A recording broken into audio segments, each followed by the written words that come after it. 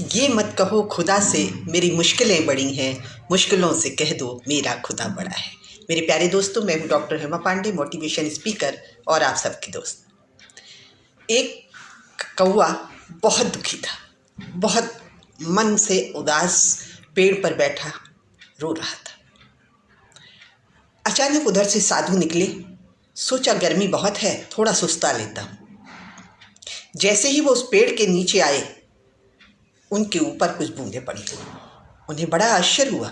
उन्होंने कहा, इतनी धूप में पानी की बूंदें? उन्होंने ऊपर देखा तो एक कौवा रो रहा था। उन्होंने पूछा, क्या बात है, तुम रो क्यों रहे हो? उन्होंने कहा, रो नहीं तो क्या करूं, मुझे इतना काला बनाया है, आवाज़ इतनी भोड़ी बनाई है भगवान ने, मैं काँव काँव करता रहता हूँ, लोग भगाने लगते हैं, श्राद्ध भी मुझे बुलाया जाता है, कोई कहीं भी मुझे अच्छी नज़रों से नहीं देखा जाता है, ये कोई जीवन है?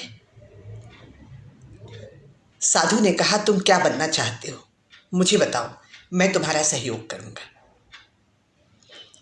कौवा ने कहा, सच में? बोले, हाँ। बोले, फिर तो आप मुझे हंस बना दीजिए। देखिए सामने हंस कितना खुश है। साधु ने कहा, शर्त एक है, तुम जाकर वहां जाके पूछो कि क्या वो संतुष्ट है अपने जीवन से। उसने कहा कि ठीक है। वो जाता है और पूछता है जाके कि क्या हंस भाई कितने खुश रहते हो, पैडल मार रहे हो, पानी में चल रहे हो, पता ही नहीं चल रहा है, आपका जैसा जीवन क्या कहना है। लोग फोटोग्राफी करते हैं, सफ़ेद बिल्कुल आपका रंग है, देखने के लिए लोग आ जाते हैं।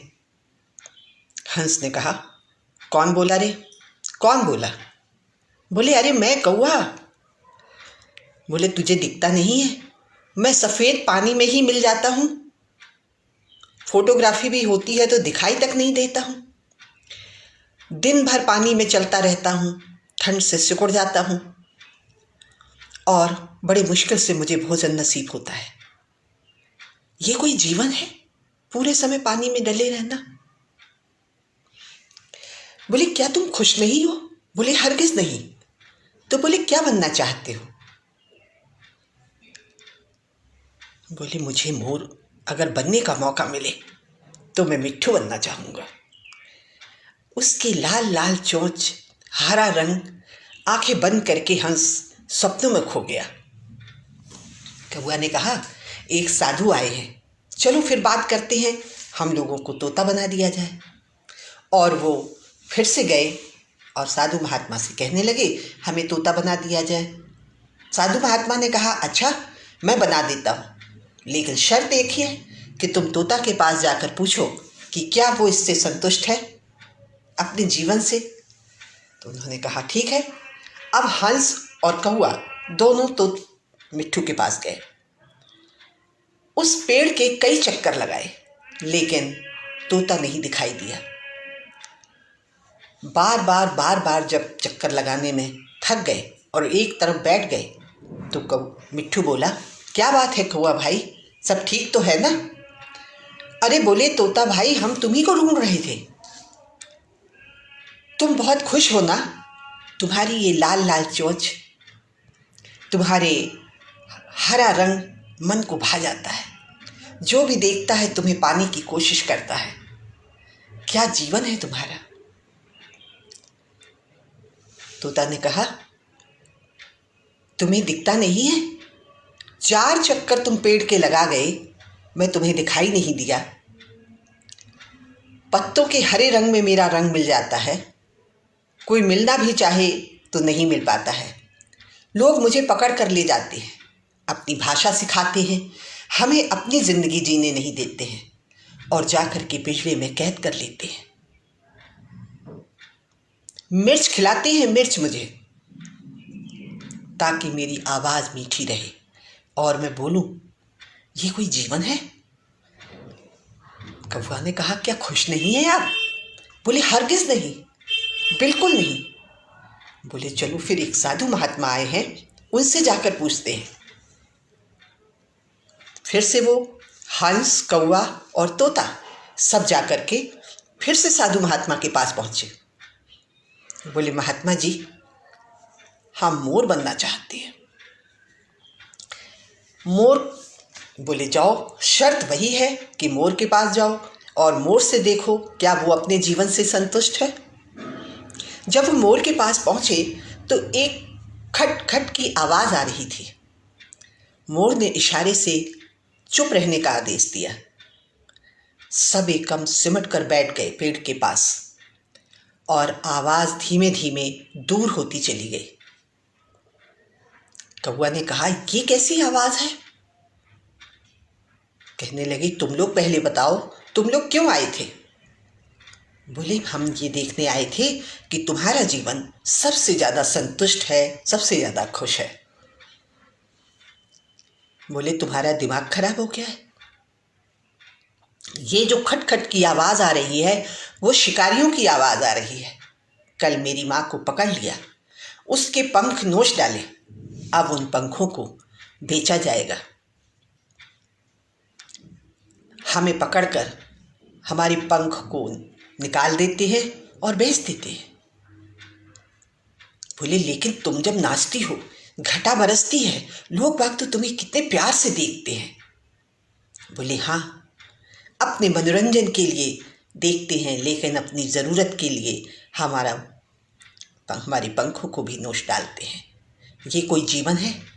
और हमारा शरीर इतना बड़ा है कि छिप भी नहीं पाता है और हम पकड़े जाते हैं।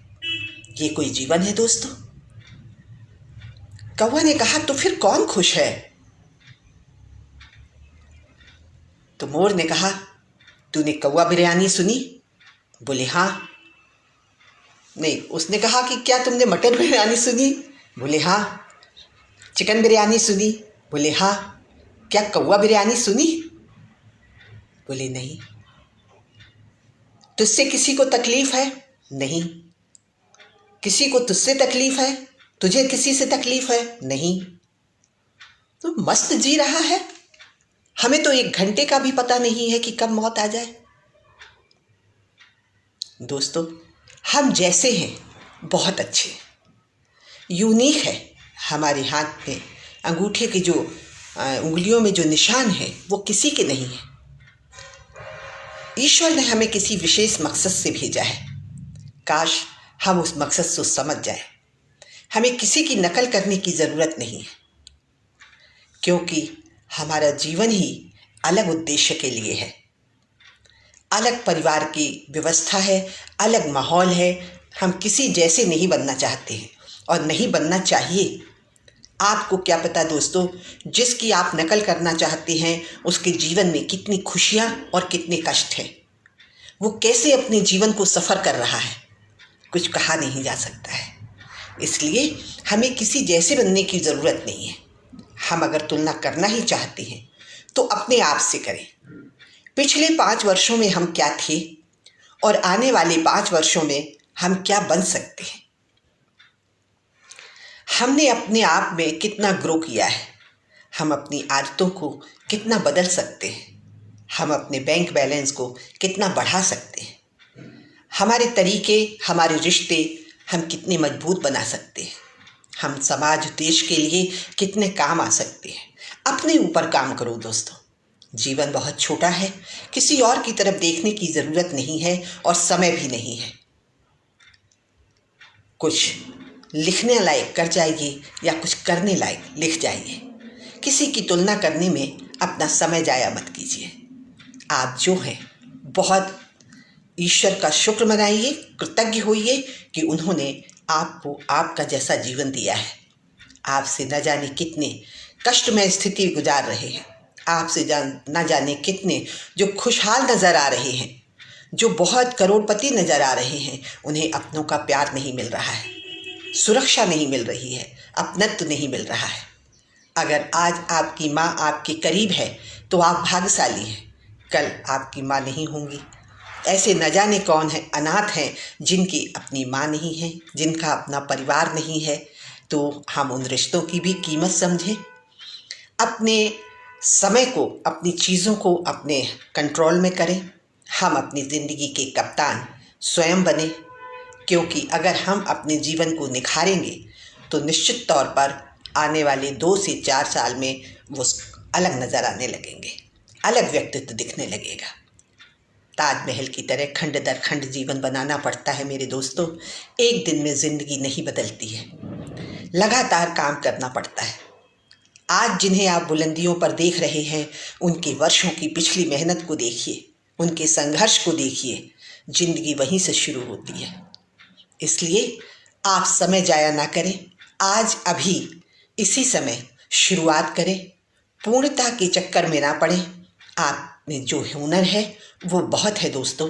आप जहाँ खड़े हैं, ज़िंदगी वहीं से शुरुआत होती है, आप वहीं से शुरू कीजिए। शुक्र मनाइए कि ईश्वर ने हमें पूरी तरह से आज़ादी दी है और हम परतंत्रता की बेड़ियों में नहीं जकड़े हैं। हमारे ऊपर कोई दबाव नहीं है, हम जो चाहें कर सकते हैं। आज इतना ही। चलते चलते बस इतना ही कहूँगी कि कौन कहता है आसमां में सुराग हो नहीं सकता। एक पत्थर तो तबीयत से उछालो यारो। जय हिंद, जय भारत, नमस्कार।